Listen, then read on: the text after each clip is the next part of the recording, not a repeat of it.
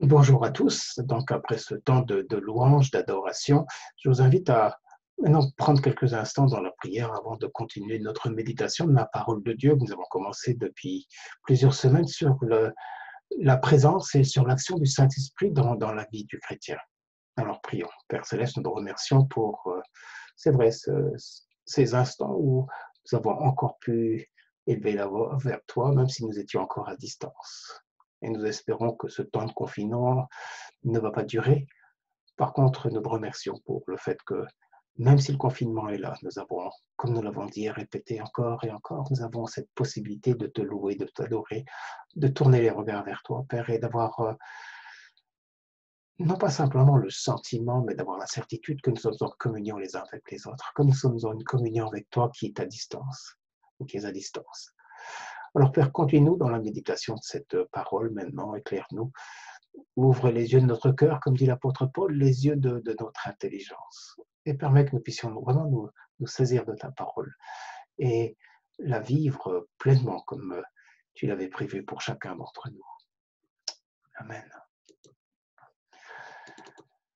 Alors nous continuons donc notre temps de louange et de méditation au travers d'un texte, parce que je dis louange, parce que nous nous réjouissons, nous glorifions Dieu au travers de cela, au travers du texte de l'apôtre Paul qu'il écrit aux Éphésiens.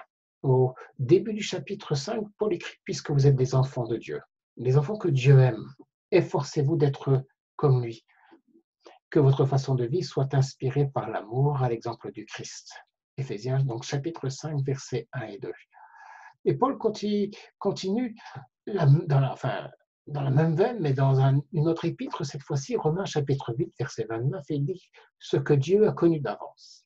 Il les a aussi prédestinés à être semblables à l'image de son Fils, afin qu'il soit le premier-né d'un grand nombre de frères. Ceux qu'il a connus d'avance, il les a aussi prédestinés à être semblables à l'image de son Fils. Alors comment? Qui oserait se comparer à Jésus-Christ, au caractère de Jésus-Christ? Ne serait-ce pas orgueilleux? Pourtant, c'est ce dont il est question ici. Et on pourrait faire un amalgame de tous les textes du Nouveau Testament qui en parlent et on serait vraiment émerveillé. Nous sommes vraiment le temple du Saint-Esprit. Nous sommes devenus cette demeure de Dieu en esprit. Et Dieu entend agir en nous et au travers de nous, de la sorte, en faisant de nous le Dieu au travers duquel il agit dans cette société. Alors, même si cela peut sembler orgueilleux pour celui qui ne connaît pas le Seigneur, c'est de cela qu'il est question ici. Mieux encore, nous dit l'apôtre, c'est la volonté, c'est l'attente de Dieu pour chacun d'entre nous. Et c'est le plan de Dieu, en nous attirant à lui, de ne pas simplement créer un peuple d'hommes et de femmes qui, semaine après semaine, mois après mois, année après année, allaient se réunir pour répéter à l'infini les mêmes rituels, les mêmes gestes, les mêmes paroles, au travers de réunions d'église, de réunions de prières, enfin toutes les réunions que nous pouvons connaître. Ce que Dieu désire avant tout, nous dit l'apôtre, et où nous disent même les autres apôtres, c'est de nous rendre semblables, de nous rendre conformes à l'image de son Fils, dans nos relations les uns avec les autres. Alors aux chrétiens de l'église d'Éphèse, l'apôtre déclare, puisque vous êtes les enfants que Dieu aime, puisque, c'est une déduction qui suit un raisonnement, puisque vous êtes des enfants que Dieu aime, efforcez-vous donc d'être comme lui. Que votre façon de vivre soit inspirée par l'amour à l'exemple de Christ. Alors, en d'autres termes, l'apôtre Paul me dit devenez les imitateurs de Christ. Donc, mimiquer, c'est le mot qu'il utilise, le verbe qu'il utilise dans Éphésiens chapitre 1, et dans son sens positif. Le Seigneur veut manifester dans la vie de son peuple, c'est-à-dire dans ma vie, dans votre vie, la même excellence morale, les mêmes qualités morales, les mêmes qualités spirituelles que l'on voyait en Jésus-Christ. Et c'est ce qui explique que dans chaque livre du Nouveau Testament, les apôtres nous exhortent encore et encore et encore à faire tout notre possible pour que ces qualités nous imprègnent au point de nous transformer à la ressemblance de notre Seigneur Jésus-Christ. Et l'apôtre Pierre, le disciple chez lequel on peut probablement observer les transformations de personnalité les plus radicales ou la transformation la plus radicale, nous écrit, si vous possédez ces qualités, les qualités de Christ, si vous les développez sans cesse jusqu'à en être remplis, elles vous rendront actifs, elles vous permettront de connaître toujours mieux notre Seigneur Jésus-Christ. C'est tout un programme de vie.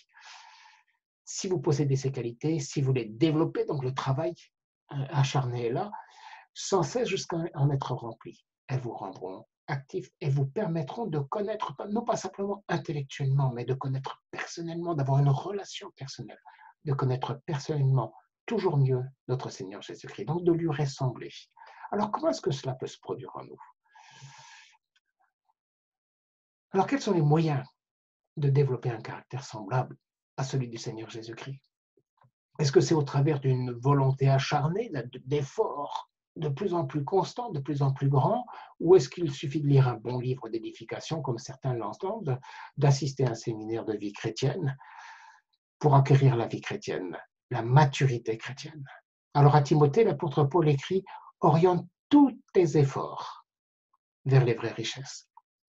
Poursuis la droiture, l'attachement à Dieu, la foi, la fidélité, l'amour, la constance, la patience, la douceur, l'humilité, la bonté. » Donc, 1 Timothée, chapitre 6, verset 11, ce sont ces versets que l'on connaît si bien. Ici, le verbe utilisé par l'apôtre n'a rien de passif. Il ne dit pas comme il l'avait fait, et c'est ce qu'on a vu la semaine dernière dans Éphésiens 5, au verset 18, il ne dit pas « laissez-vous constamment remplir du Saint-Esprit ». Ce n'est pas un impératif présent à la forme passive. Ici, au contraire, Paul invite Timothée à un effort soutenu. Mais il se trouve que le verbe est à la forme impérative, enfin à l'impératif, au présent et à la forme passive, mais avec un autre type de passif cette fois-ci, un passif actif. Donc, il nous invite à un effort soutenu, à une recherche acharnée. Pris négativement, le verbe a le sens de harceler, de molester, de persécuter. Et c'est la réponse que Dieu apporte, ou que Jésus apporte à l'apôtre, enfin celui qui va devenir l'apôtre Paul, à Saul sur le chemin de Damas, et qui pose la question à Jésus, « Qui es-tu, Seigneur ?» Parce qu'il a la vision du Seigneur. Et le Seigneur lui répond, « Je suis Jésus que tu persécutes ». C'est le même mot qu'on utilise ici. Alors, pris dans un sens négatif, donc ça peut avoir le sens de harceler ou de persécuter. Mais pris dans le sens positif, comme c'est le cas ici au verset 11, dans 1 Timothée, chapitre 6, verset 11, pris dans ce sens positif, le même verbe décrit une personne qui court le plus rapidement possible pour attraper une autre personne, la rattraper, ou pour attraper une chose, pour la saisir. L'accent est donc mis sur la persévérance. C'est poursuivre, c'est chercher sincèrement, c'est vouloir fermement, absolument acquérir une chose. Alors, qu'est-ce que nous sommes invités à désirer, à rechercher avec autant de passion, au point même d'être prêts à y consacrer notre énergie et notre vie, toutes nos pensées? Nous sommes appelés à persévérer, à rechercher ardemment la justice, la piété, la foi, l'amour, la patience et la douceur. Alors, il est tout aussi important de souligner que comme dans le verset précédent, Paul avait développé l'idée opposée en décrivant le désir insensé et pernicieux qui plonge l'homme dans la ruine et dans la perdition. Ici, Paul nous pousse à rechercher de la même manière, mais positivement. Alors, donc, verset précédent, Paul nous dit de fuir littéralement les désirs insensés, les désirs pernicieux qui plongent les hommes dans la ruine et la perdition. Et il dit à Timothée, donc dans les versets 4 à 11, il dit pour toi, fuis ces choses. Le verbe fuir que l'apôtre va utiliser ici indique le fait de s'échapper, de se mettre hors de danger par rapport à quelque chose qui est littéralement odieux et répugnant.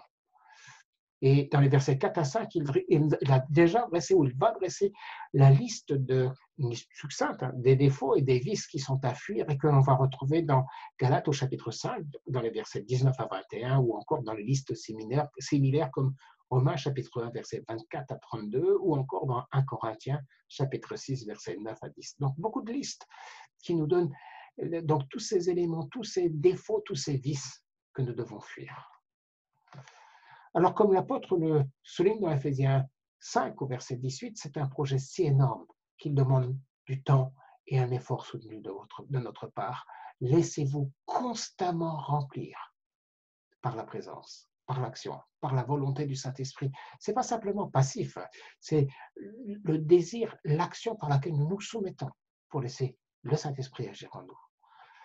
Et alors que dans Éphésiens 5, 18, donc la forme est passive, laissez-vous remplir, il n'y a rien de passif dans la démarche que Paul décrit à Timothée, dans 1 Timothée 6. Au contraire, nous sommes invités à faire tous nos efforts pour nous laisser remplir. et pour nous laisser conduire par le Saint-Esprit et transformer à la ressemblance de notre Seigneur Jésus-Christ. Alors c'est une conquête, un effort soutenu, un travail de tous les instants qui réclame la présence et l'assistance de l'Esprit de Dieu et le constant désir de se laisser conduire par lui, comme l'exprime la traduction de Parole vivante, qui nous dit « Laissez-vous constamment et à nouveau remplir par le Saint-Esprit et cherchez en lui votre plénitude. » Et l'apôtre ici nous dit de poursuivre donc ardemment, de rechercher avec tout notre cœur, quasiment de harceler ces vertus, qui sont les vertus du Seigneur Jésus-Christ, pour pouvoir nous les approprier. Alors comment y parvenir? La transformation de notre caractère est donc le point central, le point d'orgue ici. Dans l'Épître aux Galates, au chapitre 4 et au verset 19, l'apôtre Paul prie pour que les chrétiens soient formés, enfin que Christ soit formé en nous, donc qu'il grandisse, qu'il occupe toute la place et que en grandissant, ce soit la forme de Jésus-Christ, les caractères, les caractéristiques de Jésus-Christ qui soient visibles au travers de nous. Donc la transformation et la croissance de notre caractère et de notre personnalité commence avec Dieu. Paul prie pour que ce soit Dieu qui le fasse, qui forme Jésus-Christ en nous. Pour cela, il nous a donné le Saint-Esprit, l'Esprit de Christ, pour agir puissamment en nous, pour nous transformer à la ressemblance du Seigneur. Et c'est ce qu'on voit dans Colossiens chapitre 1, verset 29. En d'autres termes, Dieu travaille, il travaille en nous, il travaille pour nous. Et il nous rend capables non seulement de vouloir, mais aussi d'accomplir, de nous donner les moyens d'accomplir les actions qui lui plaisent et de nous détourner de ce qu'il condamne. Donc, fuis ou poursuis, même les deux mêmes réalités dans un sens. Si Dieu nous a prédestinés donc à être semblables à l'image de son Fils, il nous a aussi donné le moyen, la capacité de le faire. Mais cela passe par l'acceptation de sa volonté. Alors, obéissons-lui, nous dit l'apôtre Paul, laissons-lui la possibilité de nous montrer ce qui se passe lorsque nous lui faisons pleinement confiance. Dieu a pris soin de souligner les traits de caractère que nous devons chercher à développer, ou au contraire à éliminer de notre personnalité, donc de notre vie. Et pour nous montrer ce que nous devons faire, ce que nous devons devenir, il nous donne le modèle, il le met devant nos yeux. Il nous dit, regardez à Jésus, devenez les imitateurs de Dieu en Jésus-Christ. Suivez en tout point son exemple. Éphésiens chapitre 5, verset 1. Alors, il est l'exemple par excellence, notre exemple, l'exemple que nous voulons constamment garder sous les yeux. Il a promis qu'il mènerait notre foi à son achèvement. C'est le fameux texte d'Hébreux chapitre 12, verset 2, que nous avons lu, que nous avons médité, que nous aimons tant. Et comme nous avons tendance à ressembler de plus en plus à ce qui occupe nos pensées ou à ce que nous méditons, concentrons nos cœurs et nos pensées sur le Seigneur. Comme l'apôtre Paul le dit dans 2 Corinthiens chapitre 3, verset 18. C'est ce que nos jeunes font souvent, ils se concentrent sur leurs idoles, ils s'habillent comme leurs idoles, ils parlent comme leurs idoles, ils mangent comme leurs idoles.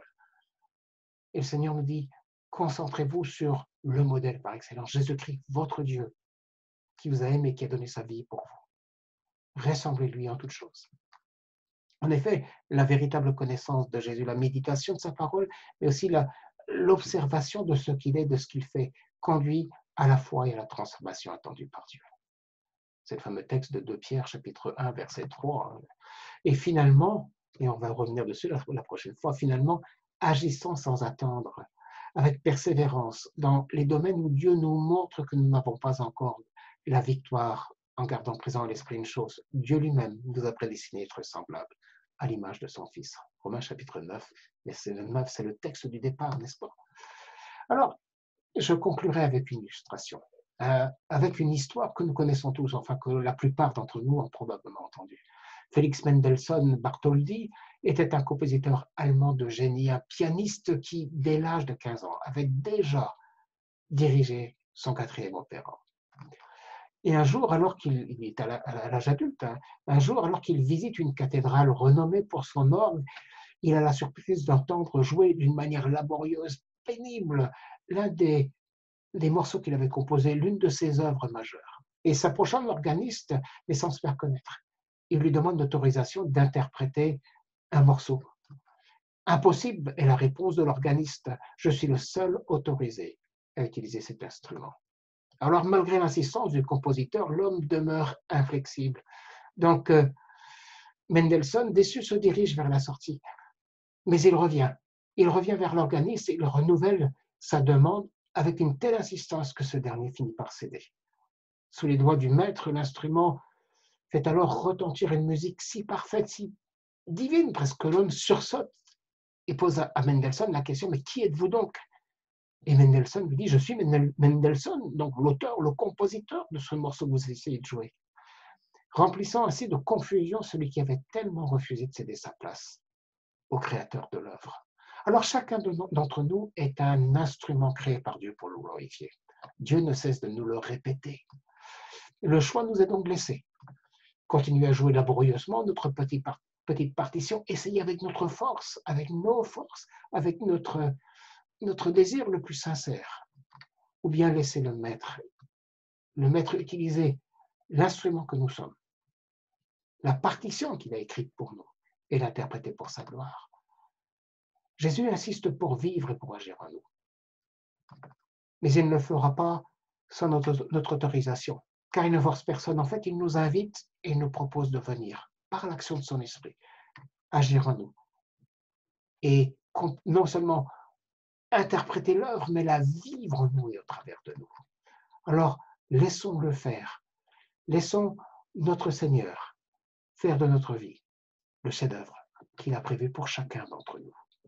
Laissons-le nous interpréter en interprétant son œuvre, l'œuvre qu'il a écrite d'avance pour chacun d'entre nous. Rappelez-vous, il nous a élus pour des œuvres bonnes qu'il a préparées par avance. Est-ce que nous croyons qu'il est capable de les mettre en œuvre? Est-ce que nous croyons qu'il est capable, lui, le maître par excellence, de faire ce qu'il avait annoncé, ce qu'il a promis? Je vous invite à prier. Père Céleste, nous te remercions pour ce rappel dans un sens du plan merveilleux que tu as pour nous, de ce plan qui dépasse notre compréhension, mais qui est le plan éternel que tu as fait pour chacun d'entre nous. Un plan qui, lorsqu'il est mis en œuvre en nous et au travers de nous, nous donne un avant-goût de ce que tu es, de ce que tu fais, de ce que tu vas encore faire, et un avant-goût de ce que nous allons être pour l'éternité si nous te laissons agir comme Dieu dans nos vies au travers de ton esprit.